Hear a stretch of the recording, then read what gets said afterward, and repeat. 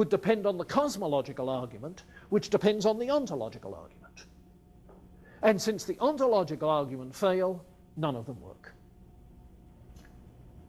Now that's his line of thought there. Do you want me to run that again? Okay, the conclusion, and then we'll go back. The conclusion is that the teleological argument depends on the cosmological argument, which depends on the ontological argument. Since the ontological argument fail. Okay. I don't understand how it depends on the cosmological. How the teleological. Okay. The teleological argument is an argument from order to an orderer. So if an ordered universe exists, its cause must necessarily be an orderer. Now you've introduced something else, which is the subject of the cosmological argument.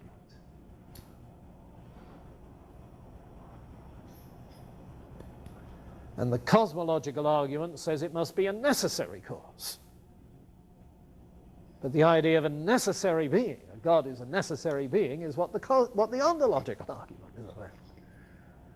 So, okay. Yeah. You know, and obviously the thing you find yourself asking is, well, why didn't this put an end then to all theistic arguments of this sort? You see. And the answer, I think, is twofold. One, very obvious one, not everybody agrees with Kant's epistemology. And if Kant's epistemology is mistaken and the categories are not just purely a priori, then Kant's whole disproof of the arguments doesn't work. You see. In other words, if you can establish the objective reality of such things as contingency and necessity, causal dependence, then you could make them work. You see, I have a friend who used to teach here with us, Stuart Hackett, who wrote a book called The Resurrection of Theism, in which he argues that the categories, Kant's categories essentially, are not only categories of thought, but are categories of reality. You see. Now his argument for that is, what are the alternatives? One of the alternatives is skepticism. That's an absurd possibility. You see. And so if you're going to have any knowledge at all, then the categories have to apply to reality. In effect, he argues that way. But if the categories apply to reality, then the proofs must work. Or at least Kant's objection doesn't work. And so he adopts what Leibniz calls the preformation theory. Preformation between thought and things. Since our thinking is adapted to the way things are, the categories work. So that's obviously one way of going at it, whether Hackett's way with categories or a different way, more empirical than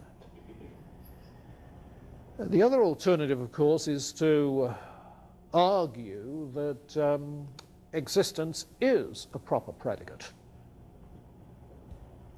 You see. If existence is a proper predicate, then the conclusion of a proof can simply be, therefore God exists. And you don't have this business of necessity hanging around to confuse things. So you get those kinds of alternatives coming up. But this is the classic passage in Kant. I'm inclined to think that that of the two treatments, Hume's and Kant's, Hume's treatment of the arguments has had a more lasting influence. Possibly because dialogues are more readable than the critique of pure reason.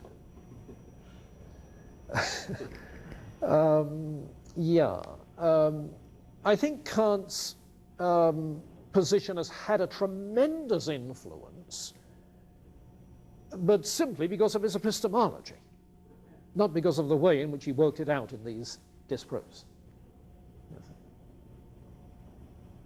So Hume is, in that sense, the more important in the actual discussion of the proofs. Yeah. Okay, now, with this treatment of metaphysics, where does this leave him? Well, it leaves him on page 480. And check that. Check that.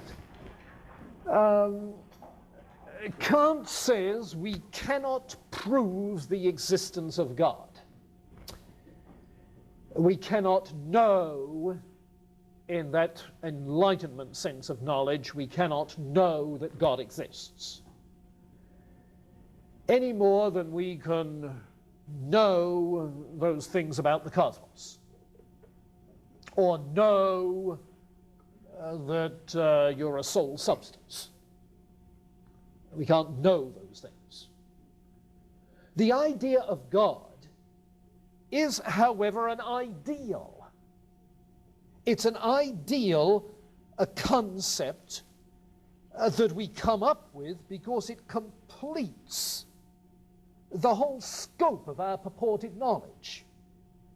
It caps off everything else. Look on page 480, second column, new paragraph halfway down. The purely speculative use of reason, therefore, the supreme being remains an ideal only, but an ideal without a flaw. A concept which finishes and crowns the whole of human knowledge, the objective reality of which, though it cannot be proved, cannot be disproved. So if there should be an ethico-theology, not a physico-theology, he's contrasting the two.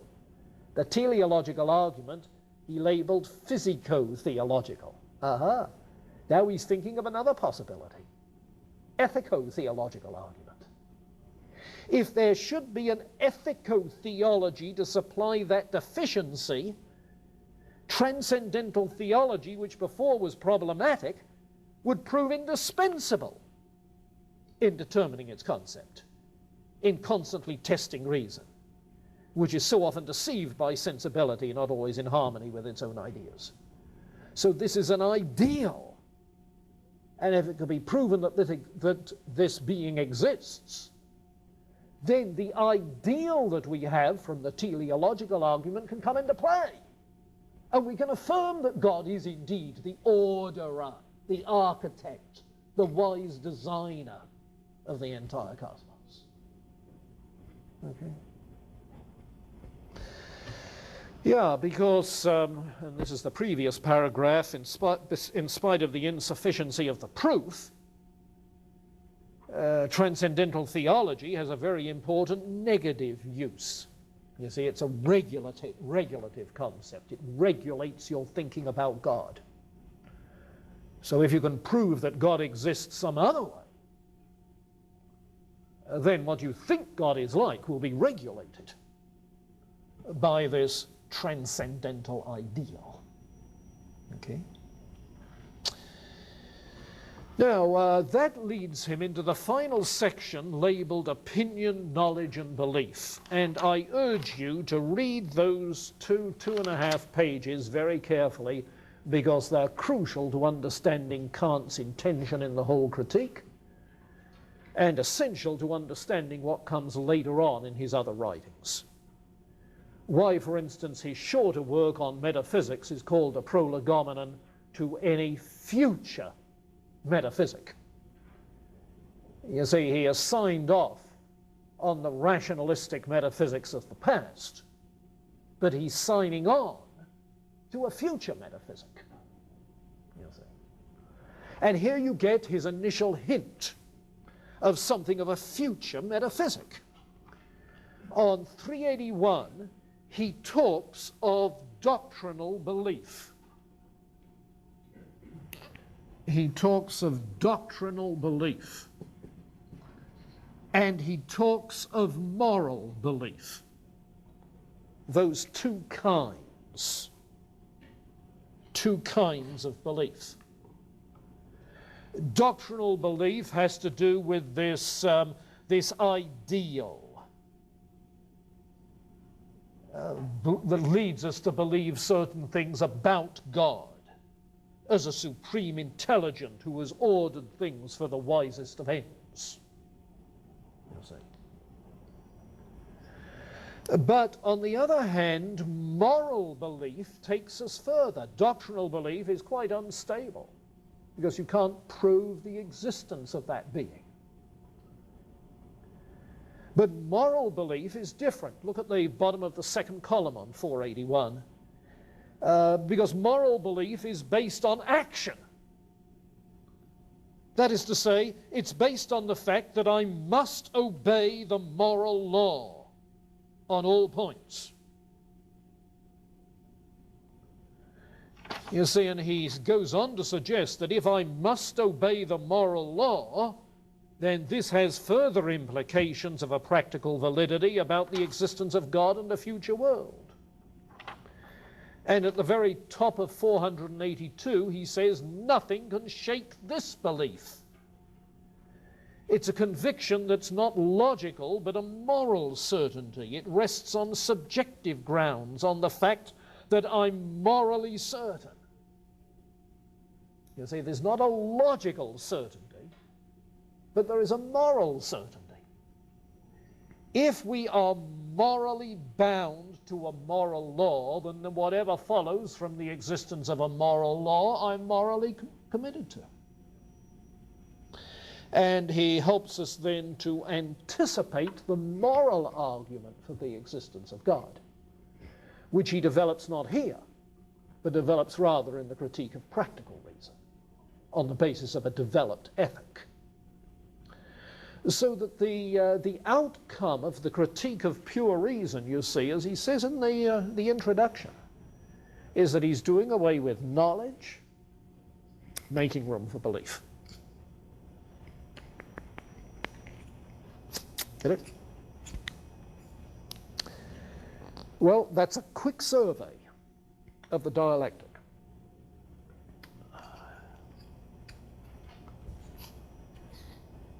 Covers the ground. Okay, questions, comments, discussion? What? You're not talking as much today. On the Dan? ontological argument, in his response to that, what would he be able to do with a, no, sorry, not the ontological, the teleological. Okay. If it was a different teleological, not that the creator was the designer, but that in some way the matter already existed, or the world existed in the designer. Yeah. If he started by saying, we know the existence of a material world, that material world is also very orderly, he would have existence in the premise, he could get it into the conclusion. He'd still have to work on that concept of cause and effect. But how would he be able to say that matter exists if he hasn't already made his peace with the critic